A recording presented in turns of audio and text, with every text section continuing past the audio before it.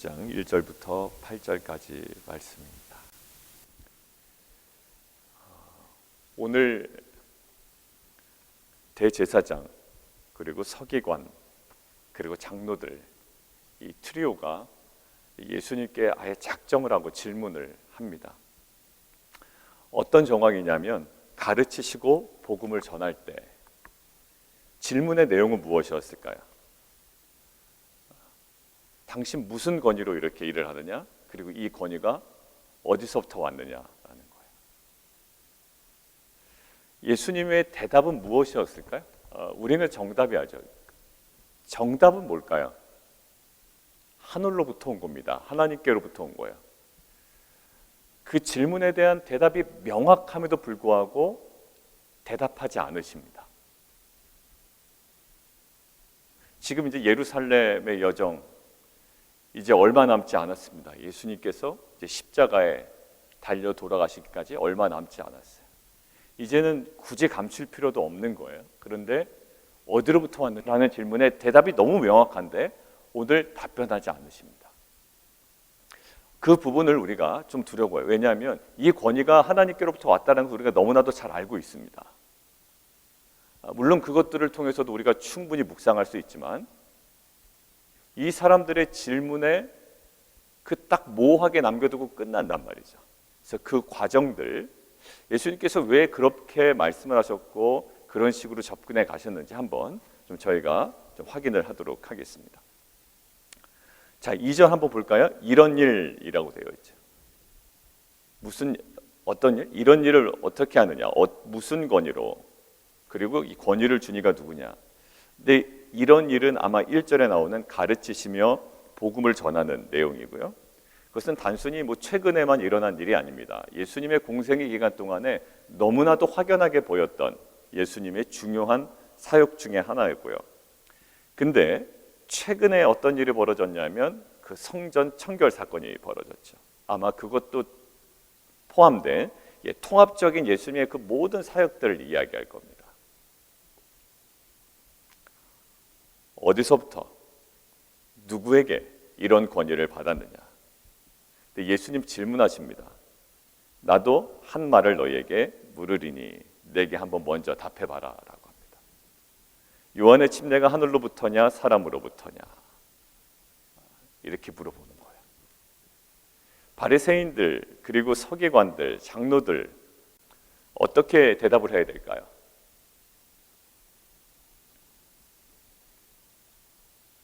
저는 정답을 얘기하는 게 아니라 바리새인과 서기관과 장로들은요, 이 질문에 대해서 그냥 있는 그대로 얘기하면 됩니다. 본인들이 믿고 본인들이 확신하는 대로 이야기하면 돼요.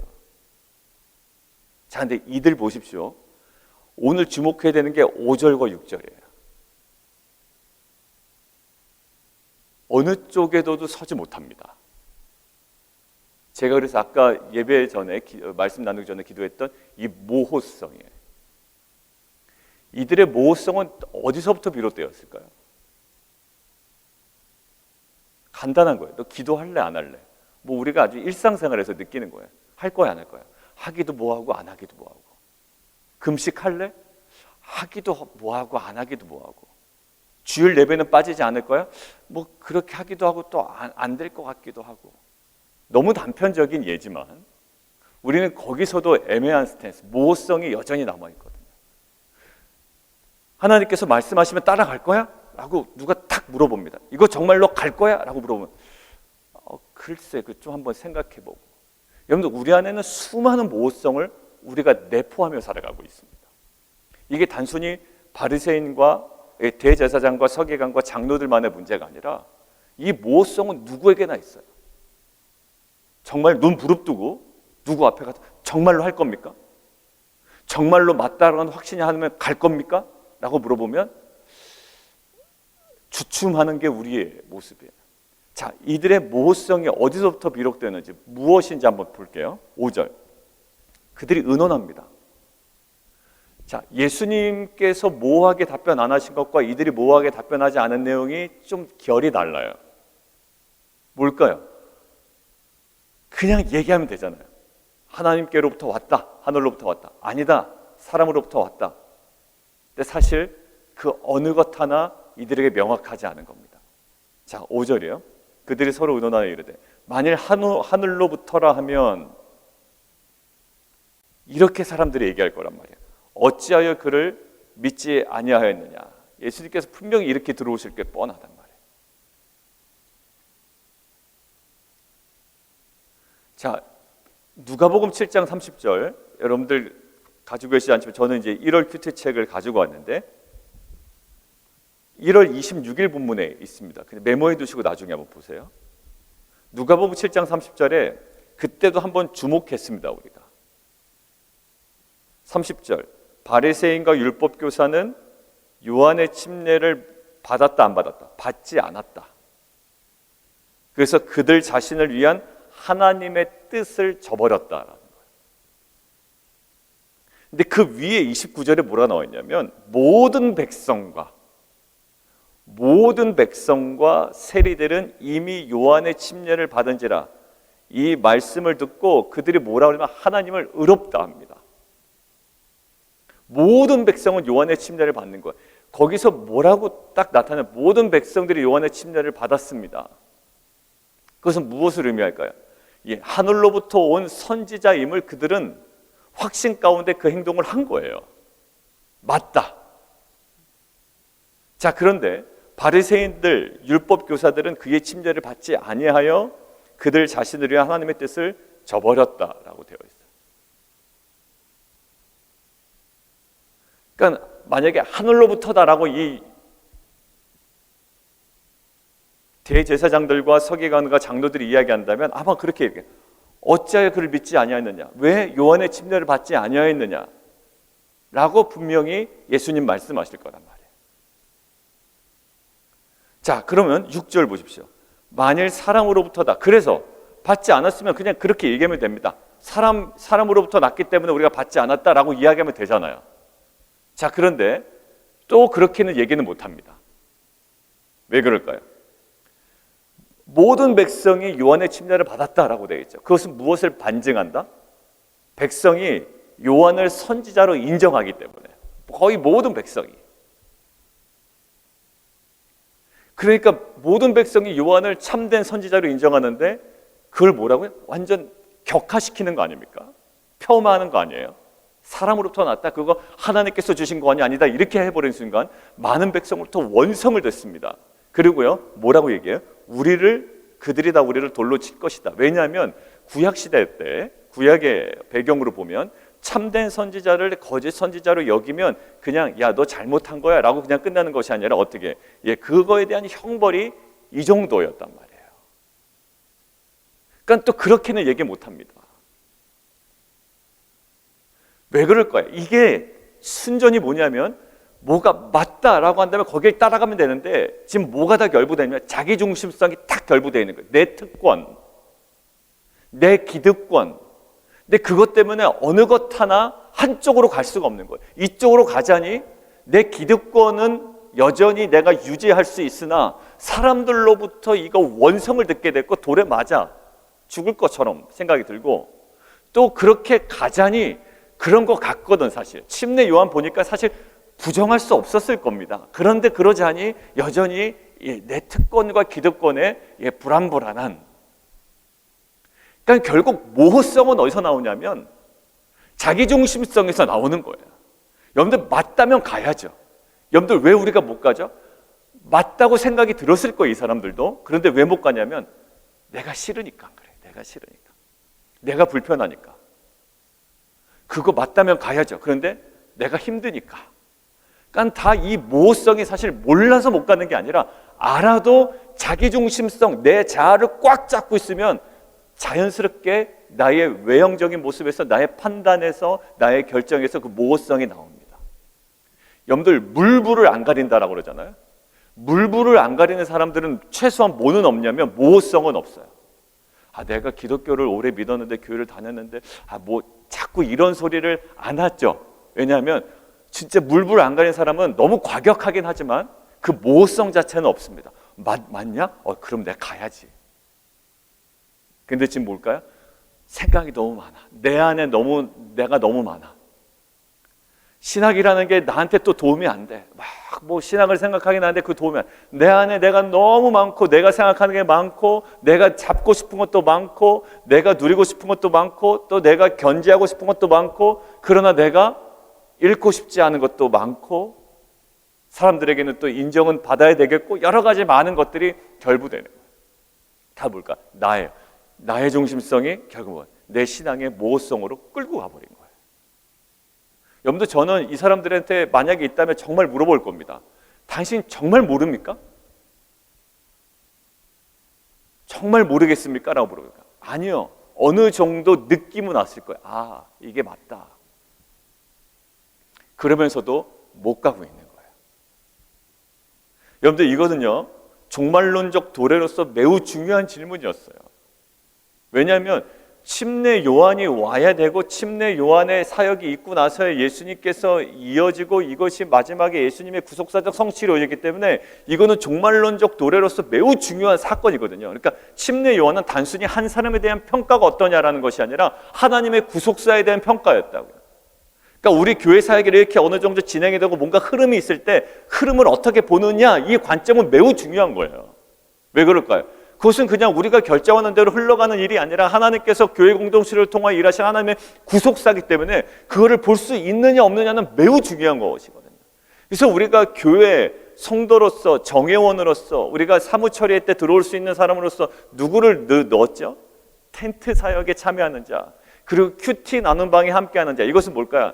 단순히 어떤 우리 조직의 어떤 원칙에 하느냐 안 하느냐. 왜 그 사항을 넣냐면 함께 말씀 묵상을 하는 자이냐라는 거예요. 최소한의 모습을 넣는 거예요. 왜? 그 흐름을 봐야 돼. 지금 뭘까요? 종말론적인 어떤 그 도래로서 매우 중요한 사건을 어떻게 봐요?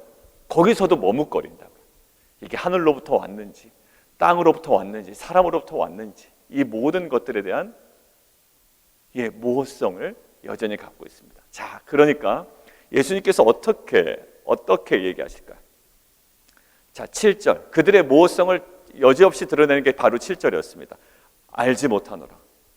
여러분들, 저는 이 알지 못하노를 빨갛게 쳐놓고요, 되게 막 분노하면서 동그라미를 치려다가 그냥 밑줄만 그어놨습니다. 그러니까 막 이렇게 밑줄 그면서 정말 이게 그냥 그 대제사장과 서기관들과 그 장로들을 향한 어떤 마음이 아니라 정말 맞아, 이거야 이거. 뭐가 이거라고 제가 밑줄을 쳤을까요? 이거는요, 그냥 몰라서 하는 대답이 아니기 때문에 제가 밑줄을 친 거예요. 대제사장과 서기관과 장로들이 정말 모르기 때문에 이 대답을 한 게 아니란 말이에요. 정말 몰랐다면 예수님께 물어봤을 거예요. 어디로부터 온 겁니까 정말 예수님? 라고 물어봤겠죠. 왜? 배워야지, 알아야지. 그래야 뭔가 본인들도 그 진리로 더 성큼 다가갈 거 아닙니까? 정말 몰랐다면 뭐예요 예수님? 라고 물어봤어야죠. 당신은 어떻게 생각하십니까? 라고 물어봤어야지. 아니요, 이 사람들 몰라서 이렇게 얘기한 게 아니기 때문에 밑줄을 그어놓은 거예요. 뭘까요? 위선적 대답이었어요. 위선적 대답. 어느 정도 알면서 그 모든 대답이 갖고 있는 본인들이 누릴 수 있는 불이익이 있기 때문에 대답하지 못하는 뭘까? 위선이지 무지가 아니었단 말이에요. 무지가.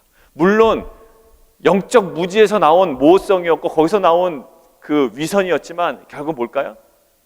위선적 대답이에요. 감추기 위한 대답.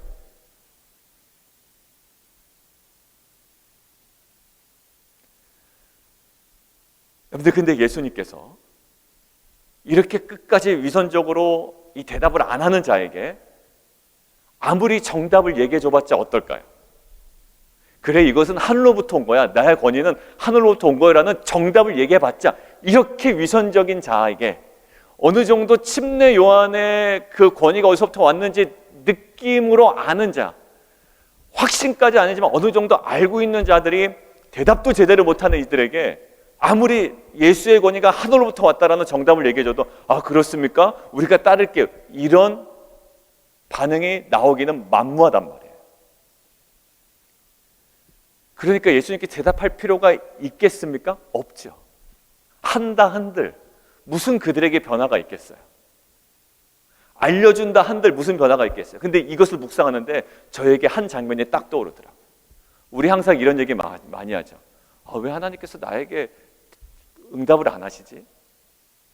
라고 할 때 하나님께서 응답 안 하시는 그 모호성이 혹시 내 안에 정리되지 않은 모호성 때문에 내가 들리지 않은 것은 아닌지 우리는 생각해 봐야 돼요. 왜 안 들리지? 그럼 이 사람도 얘기했을까? 왜 예수님 대답 왜 안 하시지? 라고 얘기했을 거예요. 투덜투덜. 그죠? 왜 예수님 얘기 안 하셔? 얘기하면 나는 그대로 좀 믿으려고 하는데. No, 아니에요. 이 사람들에게 아무리 정답 얘기해 줘봤자 그거대로 반응하거나 그거대로 변하거나 그거 따라가지 않을 겁니다. 또 구실을 만들어내지. 저는 이용기 선교사님의 내려놓음 책의 맨 첫 장에 그 첫 사례가 떠올랐어요. 선교사님 코스타에 갔더니 한 자매가 선교사님 왜 저에게는 하나님 메시지 음성이 안 들릴까요? 선교사님 대답 아주 명확했죠. 자매님이 하나님께 완전히 백지수표를 드리지 않는 한 안 들릴 겁니다. 똑같아요. 지금 이 대제사장과 서기관과 장로들에게 있는 이 모호성이 제거되지 않으면 아무리 정답을 얘기한들 그들에게는 변화도 없고요. 그것은 의미도 없는 거예요. 여러분들 오늘 말씀 정리하겠습니다.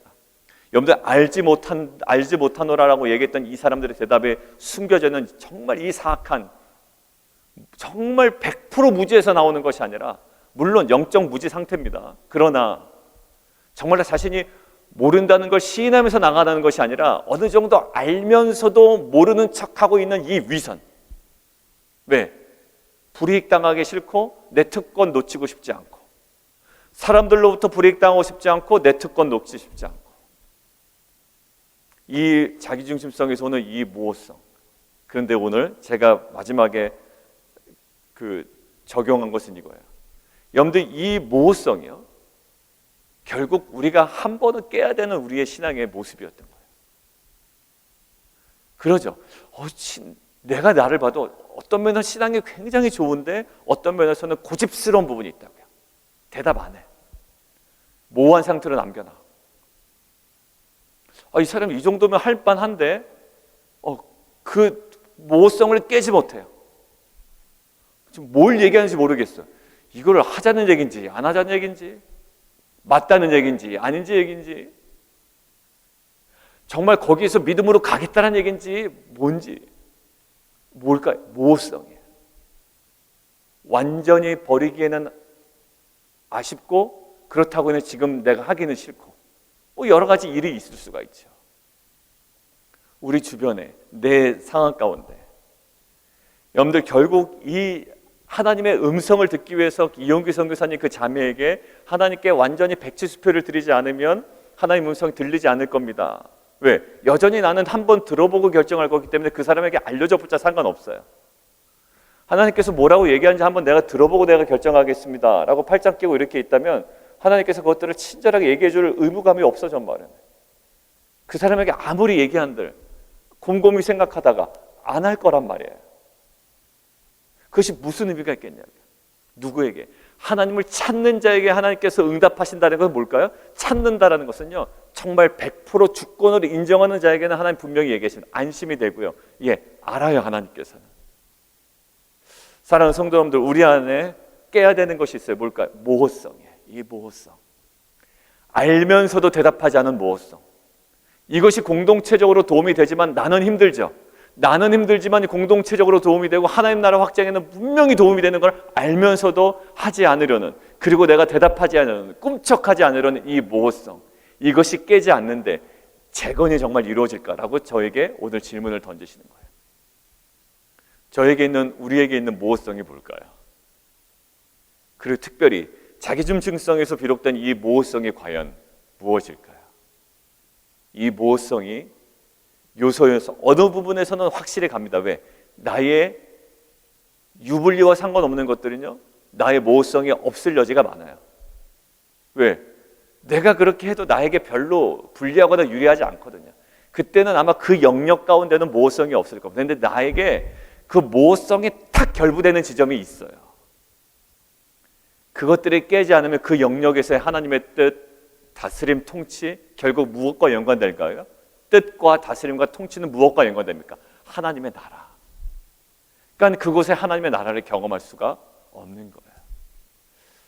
사랑하는 성도들, 우리가 관계를 맺을 때도 그렇습니다. 그 사람이 왜 변하지 않을까라고 생각하지만 왜 내가 그 사람을 끝까지 발을 씻기지 못할까요?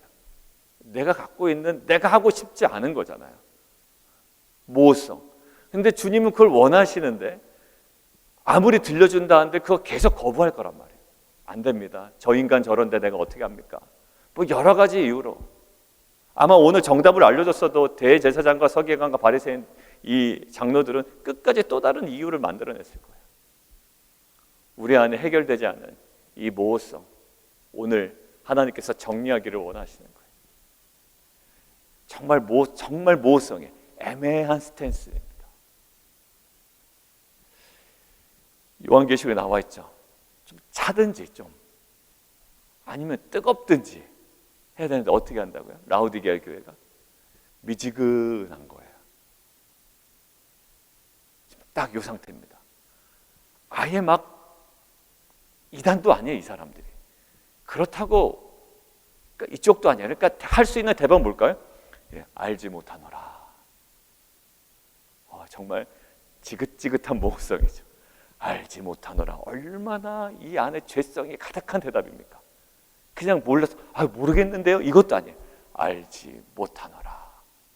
정말로 점잖고 형식은 있지만 정말 그 깨야 되는 이 모호성, 오늘 말씀과 성령 안에 이것들이 정말 우리 안에 실체가 드러나고 정말 우리가 하나님 앞에 그 모호성을 정말 그 영역 가운데 깨고 나아갈 때 오늘 나도 너에게 이르지 아니하리라 라는 말씀이 아니라 이제 하나님께서 말씀하시는 그 음성이 우리 가운데 다시금 들려지는 귀한 은혜의 하루가 되기를 주님의 이름으로 축원합니다. 우리 함께 기도하겠습니다.